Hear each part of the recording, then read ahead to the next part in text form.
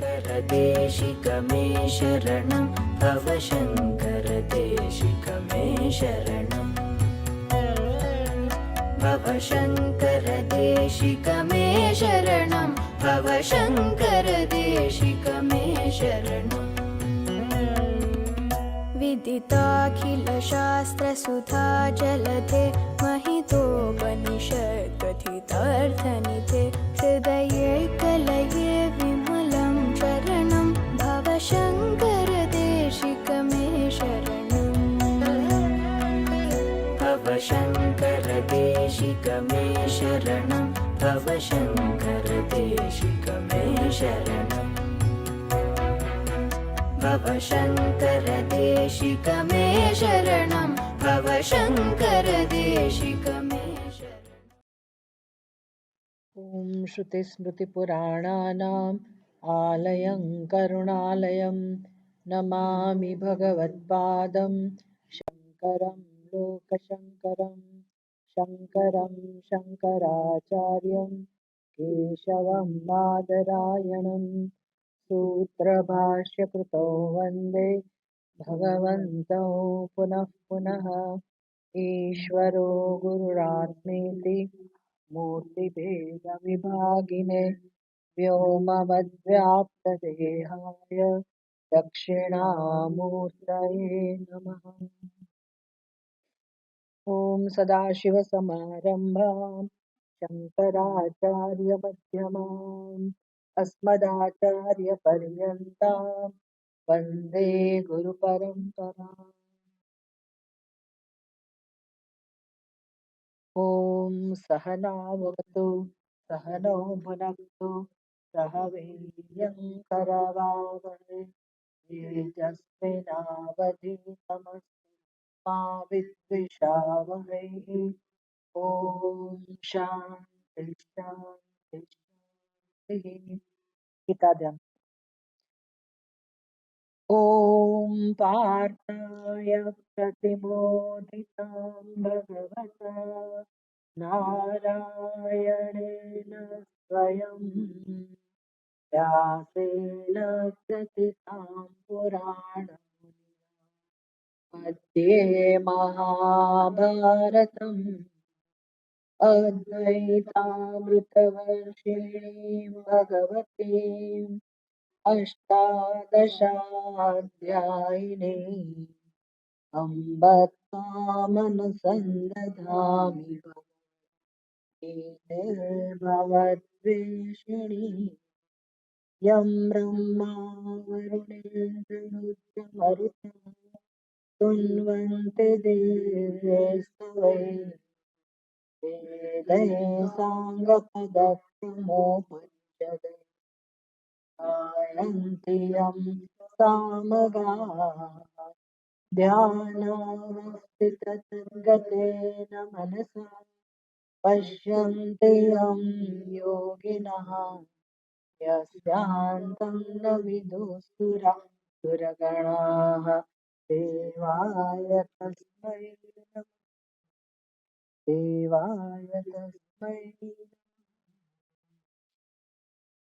मंगलाचरण।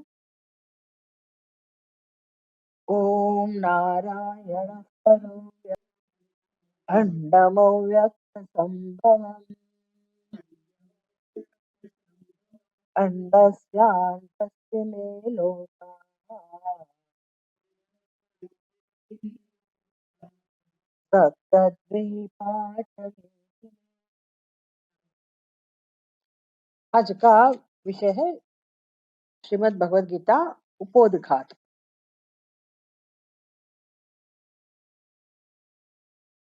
हमारे परम आचार्य भगवत्पाद भगवान भाष्यकार श्री शंकराचार्य जी भगवद गीता के ऊपर भाष्य का जब प्रारंभ करते हैं तो शुरू में वो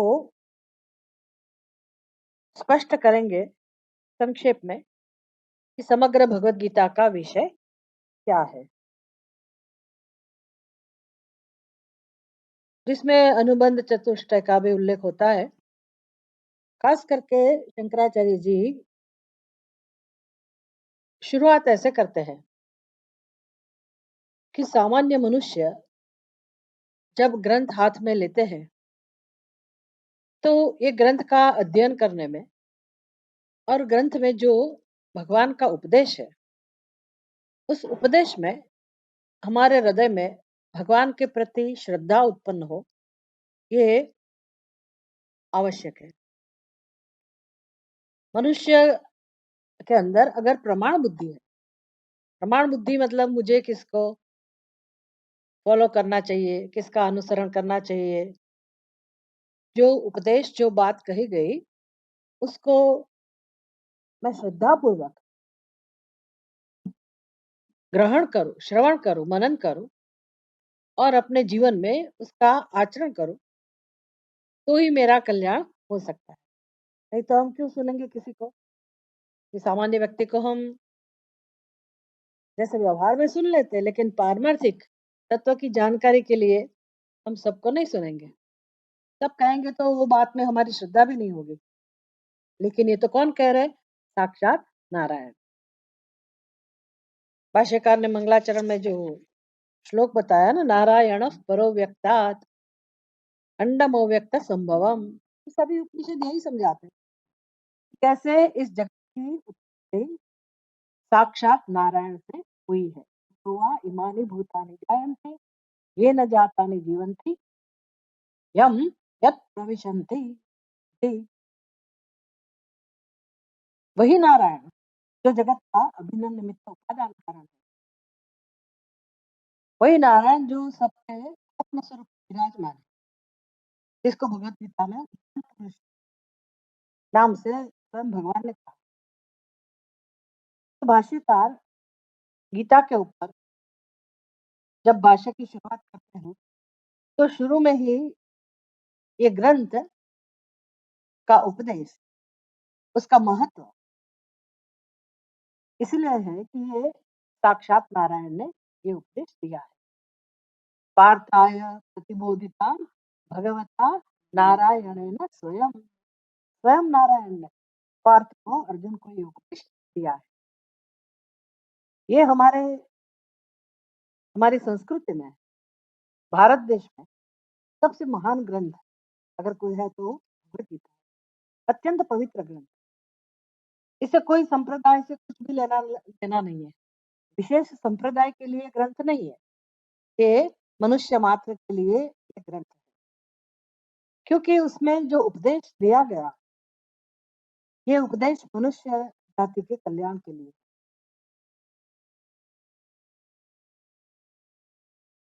तो हमारे लिए ये जानना जरूरी है कि यह उपदेश साक्षात नारायण ने ही किया है। जगत चिकीर्षु भगवान सह भगवान सृष्टा इदम जगत तस्य स्थितिम चिकीर्षु, तस्य स्थितिम जगत स्थितिम चिकीर्षु, जगत की जगत की सृष्टि सृष्टा इदम जगत, इस जगत का सृजन करके भगवान चाहते हैं कि ये जगत बना रहे। इसका जो प्रयोजन है सृष्टि का, वो प्रयोजन सिद्ध। तो ये मीनिंगफुल क्रिएशन, बुद्धिपूर्वक का ये सर्जन है। बस ऐसे ही कल्पना हुई, भगवान की इच्छा हुई और भगवान ने सर्जन किया, ऐसा नहीं है। बहुत ही महत्वपूर्ण है। उसका एक विशेष प्रयोजन यही है कि सभी जीवों का कल्याण, सभी जीवों, मनुष्य इतर जीवों का भी कल्याण हो, लेकिन मनुष्य का कल्याण तो वो ही हो। मनुष्य का जन्म ही इसलिए, बाकी सब जीवों का जन्म तो होता रहता है अपने के अनुसार भोगने के लिए। शंकराचार्य जी विवेक चूड़ामणि में समझाते हैं, जंतु नाम नर जन्म दुर्लभम, ये नर जन्म दुर्लभ, जन्म प्राप्त करना कोई बड़ी बात नहीं है। सृष्टि में निरंतर उत्पत्ति स्थिति लय, उत्पत्ति स्थिति लय, ये तो होता ही रहता है। लेकिन मनुष्य का जन्म प्राप्त करना वो कोई सामान्य बात, कोटि कोटि पुण्य, कोटि कोटि जन्मों का पुण्य होता है, तब मनुष्य का शरीर हमें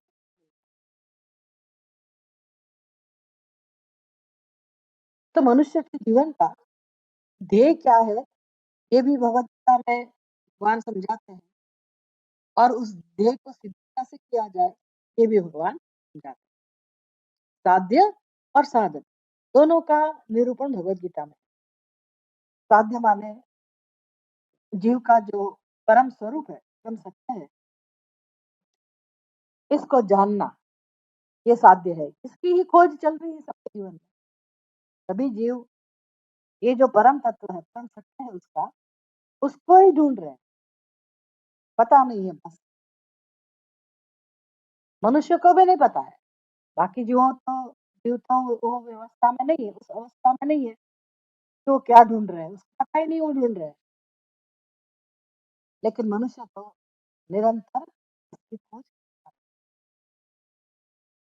क्या चाहिए उसको, वो पता नहीं। तो लगता है कि मुझे रोटी कपड़ा मकान चाहिए, क्या व्यवहार की चीजें चाहिए, धन प्रतिष्ठा वगैरह चाहिए। उसने मान लिया है कि मुझे ये चाहिए। लेकिन अगर वो सोचेगा, मनुष्य अगर जीवन में कुछ विवेक छोड़ना चिंतन शुरू करेगा, तो उसके समझ में आएगा अवश्य कि सभी के पीछे उसकी शांति की, शाश्वत सुख की, परम शांति की और शाश्वत सुख की ही खोज चल रही। भगवद गीता का उपदेश सभी बातों को स्पष्ट करता है हमारे जीवन में। जीवन का उद्देश्य क्या है, जन्म का लक्ष्य क्या है और कैसे उस लक्ष्य को प्राप्त किया जाए। इसका मतलब है जीवन रीति भी भगवद गीता सिखाती है। मनुष्य का जीवन किस प्रकार दिव्य बने और वो कैसे अपने परम तत्वों को पा सके, प्राप्त कर सके। तो भगवान की इच्छा थी कि ये जगत में सभी जीवों को सुख प्राप्त हो, शांति प्राप्त हो, सभी की उन्नति हो और निरंतर ये स्थिति बनी रहे। इसलिए भगवान ने मरीचि आदि संतानों को उत्पन्न किया और ये प्रवृत्ति लक्षण धर्म को ग्रहण करवाया और मानस पुत्र सनक आदि उनका सर्जन करके दूसरा धर्म तो निवृत्ति लक्षण धर्म कहते हैं।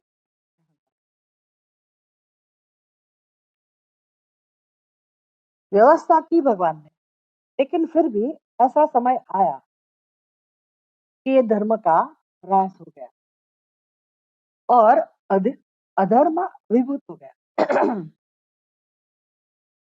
अधर्म का प्रभाव बढ़ गया और धर्म का ह्रास होता गया। भगवान ने व्यवस्था की थी, फिर भी ऐसा हुआ। अभी जब ऐसी स्थिति आ गई तो भगवान चुपचाप नहीं बैठ। गीता में भगवान कहते हैं ना, यदा यदा ही धर्मस्य ग्लानिर्भवति भारत अभ्युत्थानम अधर्मस्य तदात्मानं सृजाम्यहम्। भगवान तो समझते हैं कि यही मेरा कर्तव्य है। इसलिए स्वार्थ तो कुछ नहीं है भगवान को, अपने लिए तो कुछ प्राप्त नहीं करना है। केवल मात्र जीवों के उद्धार के लिए, जीवों के कल्याण के लिए भगवान अवतार धारण अवतार धारण करता है। वो तो अपने जो भी भगवान का जो धर्म है, क्षण भगा ज्ञान, समग्र ऐश्वर्य, समग्र वीर्य, समग्र वैराग्य, समग्र बल, ये जो भी उनके गुण है, वास्तव में भगवान का स्वरूप है, वो सभी गुणों को अपने साथ लेके संपूर्ण होकर भगवान अवतार धारण करते हैं। मतलब उसको कुछ भी दुख सहन करने की आवश्यकता नहीं है। लेकिन फिर भी जब अवतार धारण करते हैं, मनुष्य का शरीर धारण करते हैं, तो हमारे जैसा ही उनका जीवन भी होता है। वो भी उनको भी कष्ट सहन करना पड़ता है और करते भी है। एकमात्र प्रयोजन यही है भगवान का कि जीवों का उद्धार कैसे। इसके लिए धर्म की स्थापना, री एस्टैब्लिशमेंट को कहते हैं। फिर से धर्म को समझाया जाए, तो इसलिए भगवान ने, वही नारायण ने, स्वयं नारायण ने श्री कृष्ण के रूप में जन्म लिया, जिसको हम अवतार कहते हैं। भगवद गीता पार्थाय प्रतिबोधितां भगवता नारायणेन स्वयं व्यासेन ग्रथितां पुराणमुनिना मध्ये महाभारतम। तो ये श्रीमद् भगवद गीता भगवान श्री कृष्ण और अर्जुन के संवाद में हमें उपलब्ध होती है। यही हमारे अ, धर्म ग्रंथ शास्त्र की प्रणाली है कि कोई भी उपदेश देना हो तो आख्यायी के माध्यम से, आख्यायिका से, इसके माध्यम से ये उपदेश हमें दिया जाता है, क्योंकि तभी हमारे अंदर एक रुचि उत्पन्न होगी, रस उत्पन्न होगा। सीधा सीधा बोध देने से शायद हमें कठिन भी लगे, ना रुचि ना उत्पन्न हो, समझ में भी ना आए। इसलिए उसको आसान बनाने के लिए भगवान हमेशा, भगवान मतलब ग्रंथ का, उपनिषद के ऋषि भी, उपनिषद में भी कई उपनिषद ऐसे हैं जिसमें ये ब्रह्म विद्या का उपदेश आख्यायिका के रूप में दिया गया है। जैसे नचिकेता और उनके गुरु यमराजा, उनके बीच में जो संवाद है, तो कथा के रूप में, आख्यायिका के रूप में ये जब संवाद प्राप्त होते हैं तो हमें अच्छा लगता है, रुचि भी उत्पन्न होती है, सरल भी लगता है और हम समझ भी सकते हैं। तो भगवत गीता ऐसे ही भगवान ने पसंद की। उपदेश के लिए किसको चुना है? श्री कृष्णार्जुन संवादयोः इति श्रीमद्भगवद्गीतासु उपनिषत्सु ब्रह्मविद्यायां योगशास्त्रे श्री कृष्णार्जुन संवादे। भगवान श्री कृष्ण और अर्जुन के संवाद के रूप में ये दोनों के बीच में संवाद है, बहुत सुंदर संवाद। एक तो होता है वाद, जैसे हम कहते हैं ना वाद विवाद, उसमें जल्पवाद भी है, वितंडावाद भी है, सब हमारे जीवन में देखने को मिलता है और सब लोग ये कर सकते हैं, सब कुशल है उसमें। वितंडावाद, जल्पवाद, बड़बड़ करते रहना, लेकिन उसमें कुछ मिलता नहीं है, उसका कोई फल नहीं है। स्वभाववश किसी का स्वभाव ही ऐसा है, बस मेरी बात सही हो ना हो, आपकी बात तो गलत है, ये सिद्ध करना। कुछ हम सुनेंगे नहीं, तो सामने वाली जो व्यक्ति है उसको कैसे कैसे भी उसको हम गलत ठहराएं, और जो मैं कहती हूँ वही सच है। एक जल्प है, दूसरा वितंडावाद। लेकिन ये जो है भगवान श्री कृष्ण और अर्जुन के बीच में ये संवाद है, बहुत प्रेमपूर्ण, और उसके पीछे कोई प्रयोजन है,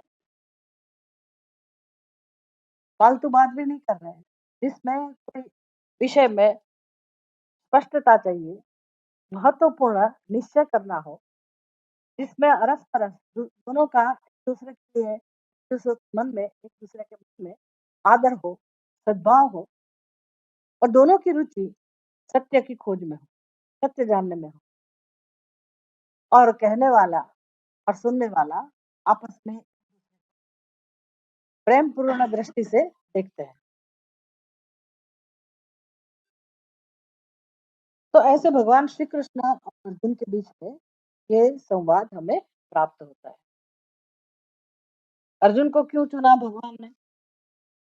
एक नियम है, एक तो अर्जुन महापराक्रमी है, राजा भी है, प्रिंस है ना, राजा है, योद्धा है, और बहुमानित है वो, मतलब समाज में इसका एक स्थान है, आदर प्राप्त किया है लोगों से। तो नियम है, यद यद आचरति श्रेष्ठ तत्तद विवेकरो जनः।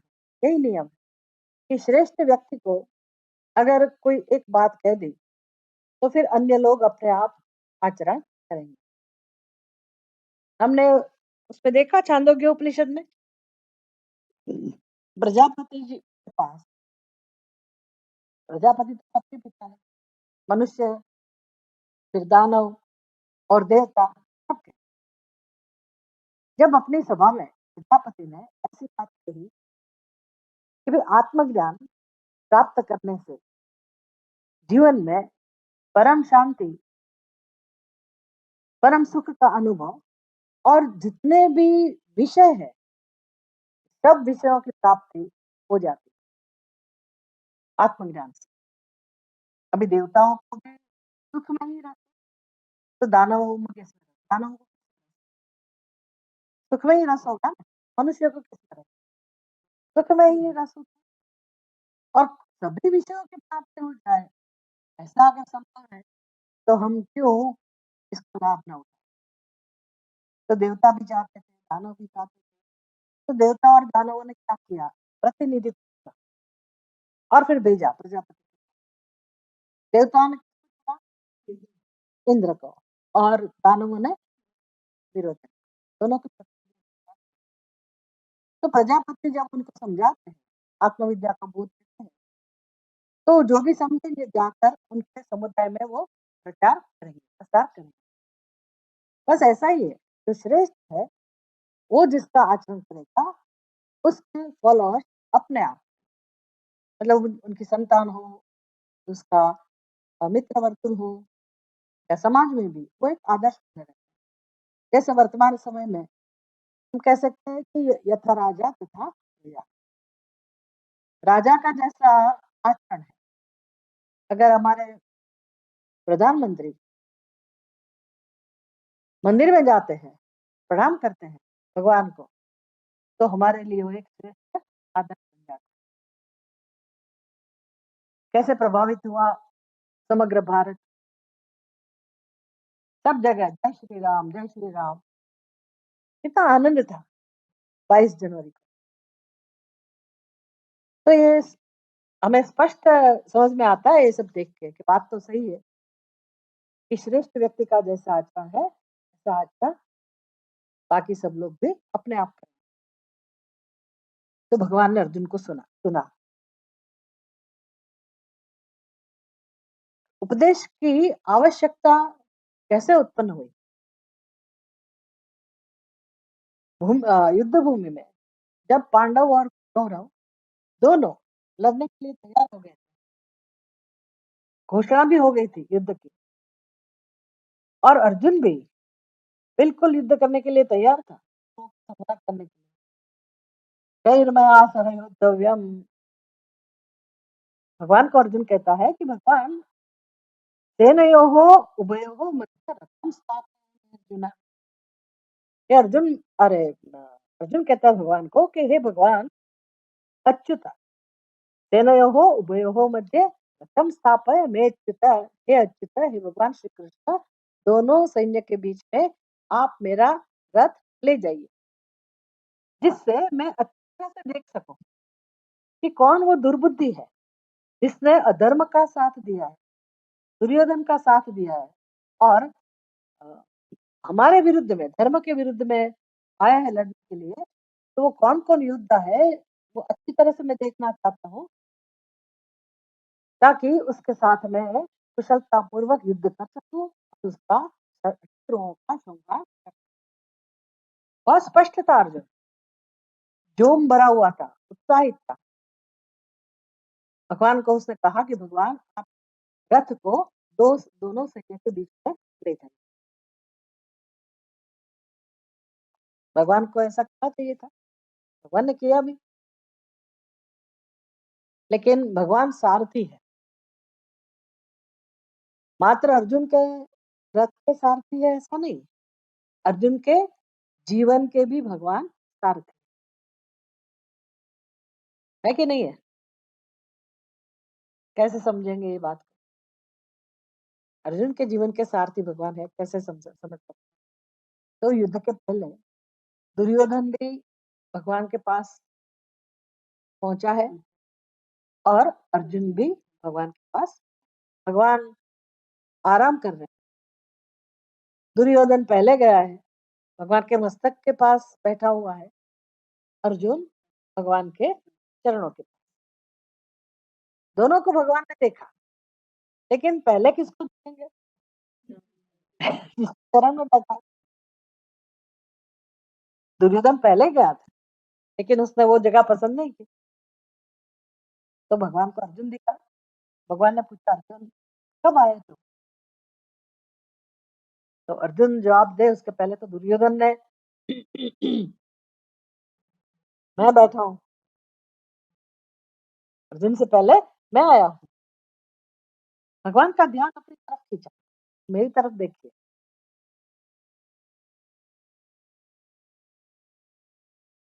और दोनों ने भगवान से प्रार्थना की कि भगवान आप हमें युद्ध में सहाय कीजिए। क्या करेंगे भगवान? दोनों को, भगवान तो भगवान है ना, वो किसी का पक्षपात तो कर नहीं सकते। दोनों का सहाय देनी है, तो भगवान ने क्या क्या विकल्प दिया? दोनों के सामने विकल्प रखा कि एक तरफ मैं निशस्त्र मैं रहूंगा, शस्त्र नहीं उठाऊंगा, और दूसरी तरफ मेरी सेना, मेरा सैन्य रहेगा। अभी आप सोचिए, युद्ध में किसकी आवश्यकता है? निहत्थे निशस्त्र भगवान की या सैन्य की? प्रैक्टिकल मनुष्य किसको पसंद करेगा? बुद्धिमान मनुष्य किसको पसंद करेगा? सैन्य। तो भगवान को देखा जाएगा ना, भगवान तो क्षमाशील है, तो भगवान को क्या बुरा लगेगा? और मेरी आवश्यकता है अभी युद्ध में सैन्य की, तो मैं सैन्य को ही पसंद करूं। और पहले किसको मांगना था? ऐसा नहीं कि अर्जुन के लिए यही बचा था विकल्प, भगवान ही बचे थे, ऐसा नहीं था। पहले किसको मांगने के लिए बोला था भगवान ने? अर्जुन को। छोटा था अर्जुन, इसलिए उसको बोला। तो बुद्धिमान था अर्जुन, मांग सकता था सैन्य, लेकिन अर्जुन ने किसको पसंद किया? भगवान।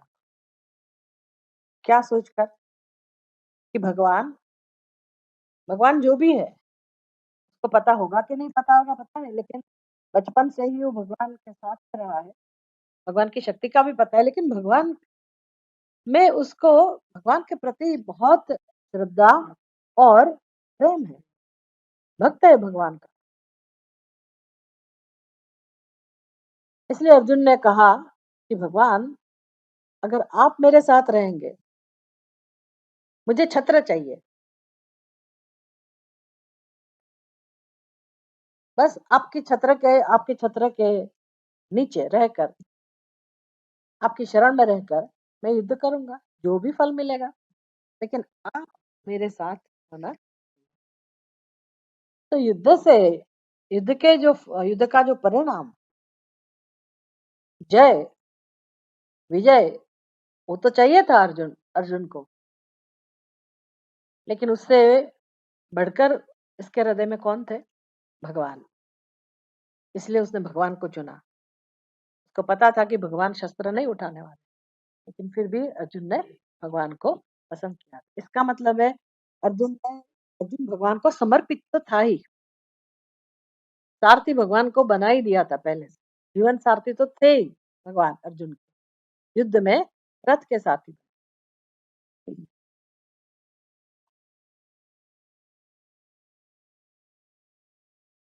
तो भगवान की जिम्मेदारी है, जब भगवान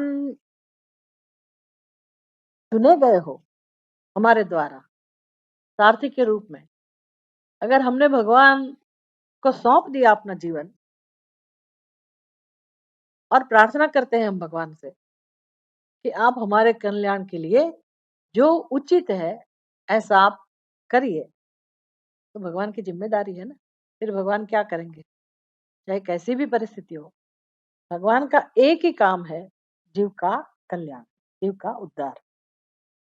फिर हम चाहे कितनी भी बढ़िया चीजें मांगे जीवन में कि नहीं नहीं भगवान मुझे ये चाहिए वो चाहिए, लेकिन हमने तहे दिल से एक बार भगवान से प्रार्थना की हो कि भगवान हमें मोक्ष चाहिए, भगवान हमें आप चाहिए, तो फिर भगवान हमारी छोटी छोटी जो मांग है ना उसकी तरफ नहीं देखें, और जो हमें प्रिय है, भगवान के सिवा जो भी चीज हमें प्रिय है, उसको भी भगवान दूर कर देते, खींच लेते हैं, ले लेते हैं। क्योंकि भगवान के अलावा कुछ भी हमारे मन में नहीं होगा। इतना प्रेम भगवान के प्रति रहेगा तभी कल्याण होने की संभावना। इसलिए भगवान ऐसे है। भगवान ने याद रखा है या अर्जुन को कि ये तो मेरा प्रिय है, सखा है, तो उसका कल्याण तो मुझे करना ही है। जब मुझे पसंद किया है तो मुझे उसका कल्याण ज़रूर करना है। लेकिन अर्जुन के हृदय में कल्याण के लिए जब तक प्रार्थना नहीं उठती है, प्यास नहीं प्रकट होती है, जिज्ञासा नहीं होती है, तब तक भगवान उपदेश नहीं करते। इसलिए भगवान ने क्या किया, दोनों सैन्य के बीच में जो रथ खड़ा भगवान ने किया, फिर भगवान ने ऐसे कहा कि अर्जुन पश्य कुरुन, ऐसे शब्द है।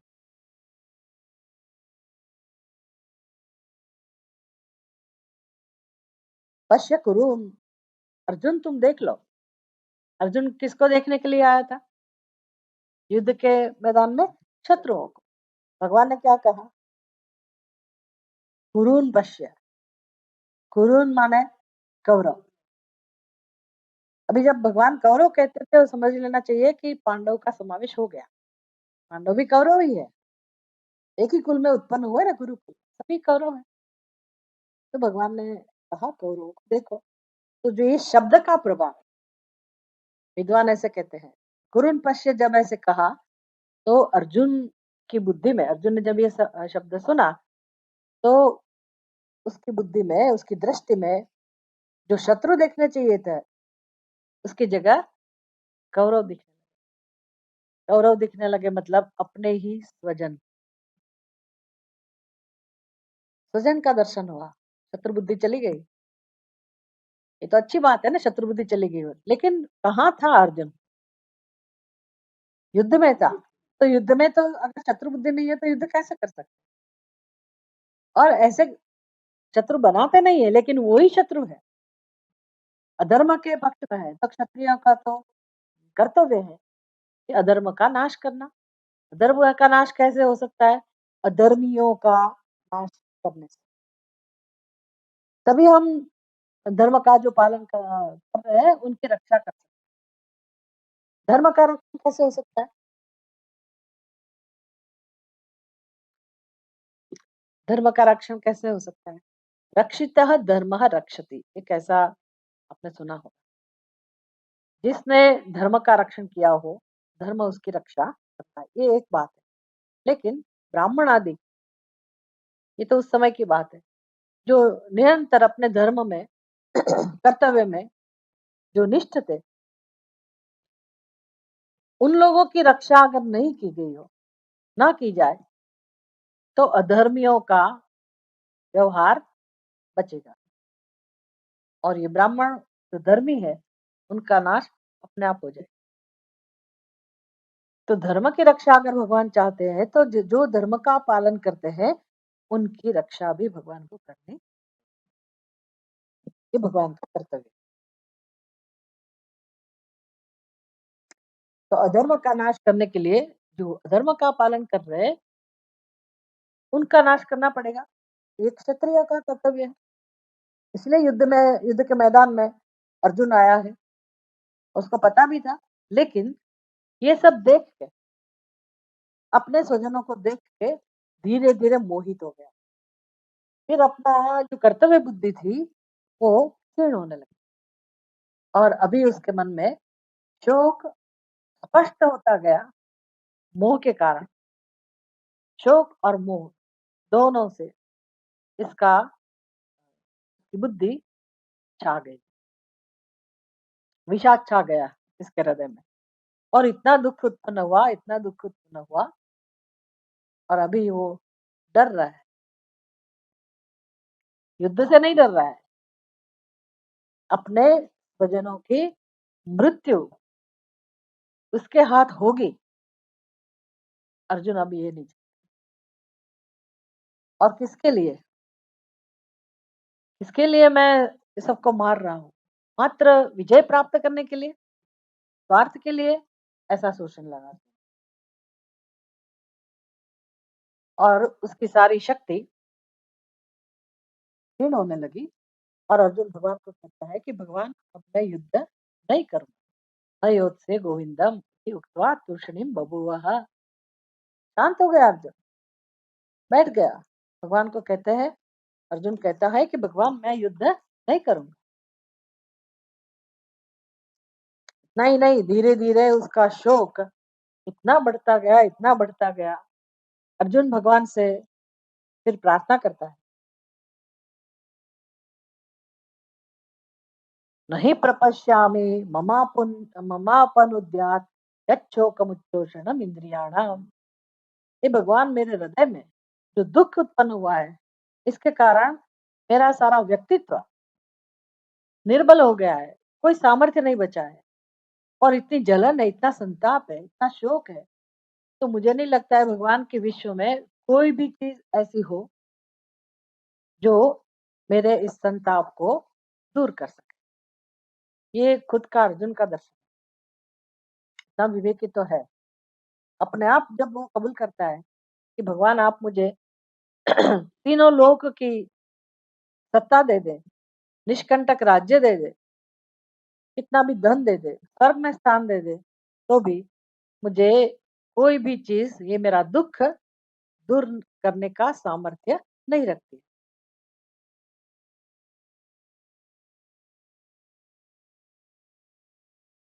तो क्या उपाय है?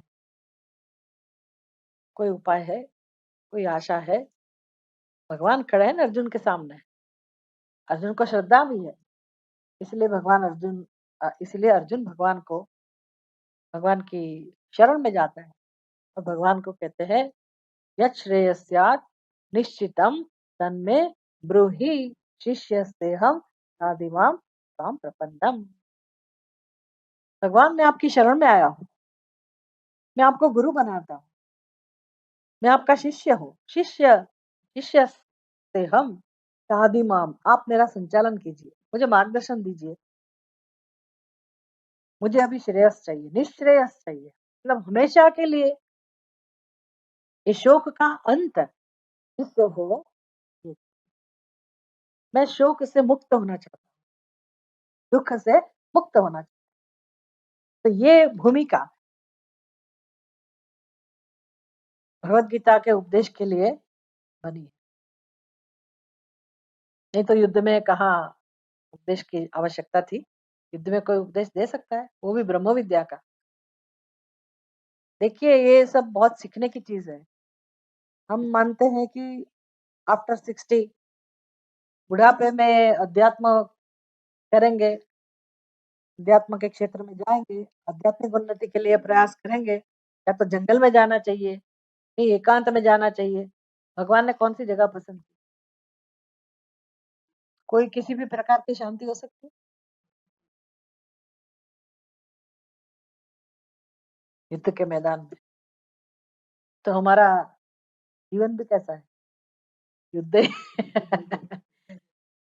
घर भी युद्ध का मैदान है। वो तो घर की बात है, हम नहीं बोल सकते। घर भी युद्ध का मैदान हो सकता है, समाज भी सोसाइटी भी युद्ध का मैदान है। वो सब तो है ही है, लेकिन हमारी बुद्धि, हमारा हृदय भी युद्ध का मैदान ही है। हमारे अंदर भी कौरव पांडव है। हमारे अंदर पांडव कौन है? देवी संपत्ति। कौरव कौन है? आसुरी संपत्ति। सबके अंदर ये है। तो ये घर्षण तो, संघर्ष तो निरंतर चलता रहता है। सभी जीव को शांति चाहिए, कब इसमें से हम मुक्त होंगे, कब मुक्त होंगे, कब शांति मिलेगी? अंदर की तो प्रार्थना यही है। असतो मा सद्गमय, तमसो मा ज्योतिर्गमय, मृत्योर्मा। जीव की तो प्रार्थना यही है, लेकिन हम उस प्रार्थना को ज्यादा नहीं महत्व देते। पहले मैं धन प्राप्त कर लूं, पहले मैं प्रतिष्ठा प्राप्त कर, पहले गृहस्थी बन जाओ, मेरा अपना घर हो, तभी मेरा वैभव हो, ऐश्वर्य हो, संतान प्राप्ति हो, वो भी सेटल हो जाए। ये हो जाए बाद में, ये हो जाए बाद में, ये हो जाए हम अंत तक ये हमारी जो अंदर की प्रार्थना है ना, उसको हम नहीं सुनते और अपने आप को बुद्धिमान समझते। ये बहुत दुख की बात। जो बुद्धिमान व्यक्ति अपने आप को समझता है ना, ये अपने कल्याण की बात नहीं समझता और अपने आप को बुद्धिमान। यही अज्ञान का स्वरूप है। हमारे स्वामी जी तो कहते हैं, यू आर द प्रॉब्लम और यू आर द सॉल्यूशन। जब ये वेदांत का सत्संग करेंगे, भगवत गीता का उपदेश हम समझते हैं, तब समझ में आता है कि बात तो सही है। You are the problem, how? मैं कैसे प्रॉब्लम हो सकती? उपदेश के प्रारंभ में ही भगवान कहते हैं, अशोच्यानन्व शोचस्तम प्रज्ञावादांश्च भाषसे गतासु न गतासु नानुशोचन्ति पंडिता। अर्जुन, बुद्धिमान लोग दुख नहीं करते, शोक मग्न नहीं होते, और तुम बात है और भी बड़ी करते हो। कितना सारा कितने सारे श्लोक में दूसरे अध्याय के अर्जुन ने भगवान के साथ दलील की है, आर्गुमेंट दिया है कि भगवान इस कारण से युद्ध नहीं होना चाहिए, मतलब अपनी बुद्धि प्रतिभा उसको प्रकट किया भगवान के सामने। इसलिए भगवान कहते हैं, प्रज्ञावादांश भाष, तुम्हारी बातें तो बहुत बढ़िया बढ़िया है, लेकिन आंखों में आंसू है। नानुशोचन्ति पंडिता, पंडित कभी शोक नहीं करते। तो एक ही श्लोक के अंदर बता दिया कि किसके जीवन में शोक होगा, कौन व्यक्ति दुखी होगा, जो पंडित नहीं है। पंडित नहीं है मतलब मैं विद्वान हूं तभी मेरा शोक जाएगा, वो विद्वता की बात नहीं है। मैं अगर अपने आत्मा को जानती हूँ तो मेरे जीवन में दुख नहीं रहेगा, आत्मा को नहीं जानती हूँ मेरे जीवन में दुख होगा। जरूरी नहीं है कि मुझे संस्कृत भाषा का ज्ञान हो, व्याकरण मुझे पता हो, न्याय शास्त्र पता हो, बहुत सारे उपनिषद के मंत्र मुझे बस मुखपाठ उसका हो, बाय हार्ट हो, जरूरी नहीं है। आत्मा को, अपने स्वरूप को जान लिया तो सारी समस्याएं दूर हो जाएगी। भगवत गीता में बस यही एक मुख्य विषय है, इसलिए इसकी महानता है ग्रंथ।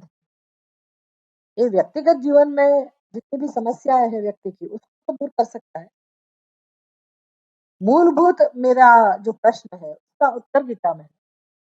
तो सभी जीव अपने स्वरूप को जानकर हमेशा के लिए दुख से मुक्त हो सकते हैं, लेकिन उसके साथ कौटुंबिक स्तर की जितनी समस्याएं हैं, कुटुंब में, परिवार में जो अशांति है, उसका उपाय भी इसमें है। समाज में जो अशांति है, राष्ट्र में जो अशांति है, पूरे विश्व में जो अशांति है ना, आपस में युद्ध और क्या क्या नहीं चलता है, ये सब का उत्तर समस्त मनुष्य जाति के सभी प्रश्नों, सभी समस्याओं का उत्तर यहाँ है, सबके भले के लिए है। छांदोग्य उपनिषद में नारद मुनि सनत कुमार के पास जाते हैं, अधि ही भगवो ब्रह्म विद्या, मुझे ब्रह्म विद्या का उपदेश कीजिए। क्यों भाई, ब्रह्म विद्या क्यों जाननी है? नारद मुनि कहते हैं, मैंने सुना है आत्मविद शोकम तरति, जिसने आत्मा का ज्ञान प्राप्त किया है वो हमेशा के लिए शोक में से मुक्त हो जाता है। तो शोक की मुक्ति का उपाय केवल आत्मविद्या है, ब्रह्म विद्या है। अर्जुन को भगवान ने वही उपदेश दिया। तो भगवत गीता का मुख्य उपदेश ब्रह्म विद्या है। ब्रह्म ही एकमात्र सत्य है, तत्वमसि, जो उपदेश का उपनिषद का महावाक्य है, तत्वमसि त्वं तत् असि, वही पर ब्रह्म, परमात्मा, सच्चिदानंद स्वरूप, सत्यम ज्ञानम अनंतम जिसका स्वरूप है, वही एकमात्र सत्य है। वो एक और अद्वितीय ब्रह्म, यही इस जगत का मूल तत्व है। मनुष्य जान सकता है अपने आप को, जड़ को जानने की आवश्यकता है नहीं, जड़ को कोई प्रश्न है नहीं। पशु पक्षी ये जानने की स्थिति में है नहीं, तो किसके लिए उपदेश है? मनुष्य के। मनुष्य को प्रश्न है कि नहीं, समस्या है कि नहीं, दुख में से मुक्ति चाहता है कि नहीं चाहता? कौन नहीं चाहता? हर एक मनुष्य, अज्ञान ही उसका कारण है, अज्ञान से ही उसकी उत्पत्ति हुई है, इसलिए मनुष्य के जीवन में दुख तो है ही है। हमें पता नहीं है कि एक तो ये दुख है, यही प्रश्न है, अज्ञान है, दुख का कारण एकमात्र अज्ञान है, ये मनुष्य को नहीं पता है।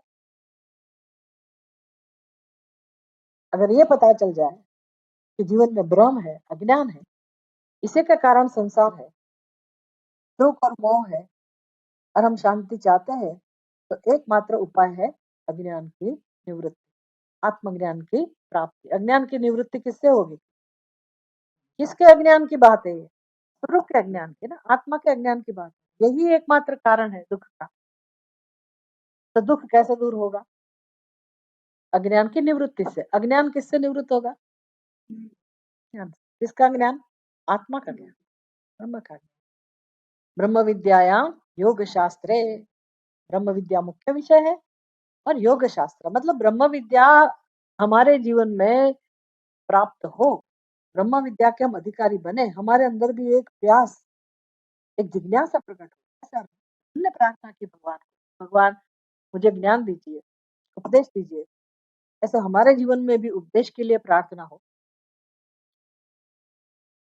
शास्त्रों में श्रद्धा हो, खास करके अपना यही भगवत गीता पर्याप्त है। एकम शास्त्रम देवकी पुत्र गीतम, एक शास्त्र भी, एक गीता शास्त्र भी पर्याप्त है, उसमें ये उपनिषद का सार ही है।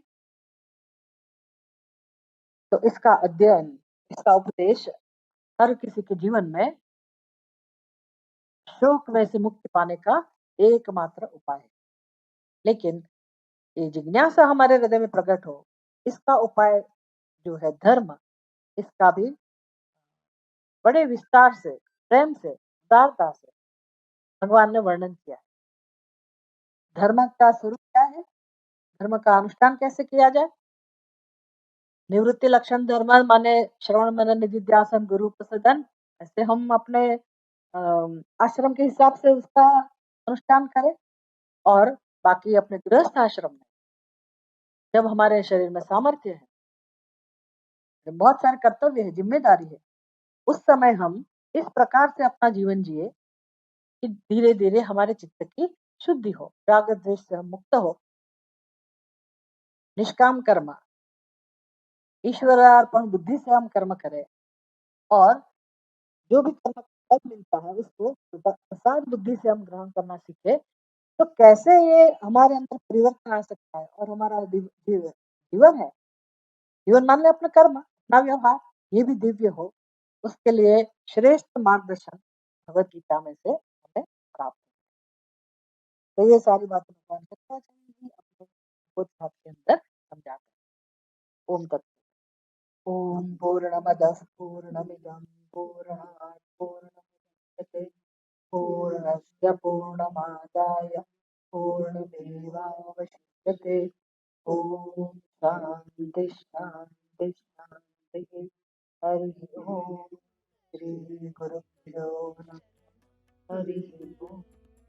विदिताखिल शास्त्र सुधा जलधे महितोपनिषत् कथितार्थनिधे हृदये कलये विमलं शरणं भवशङ्कर देशिकमे शरणं भवशङ्कर देशिकमे शरणं भवशङ्कर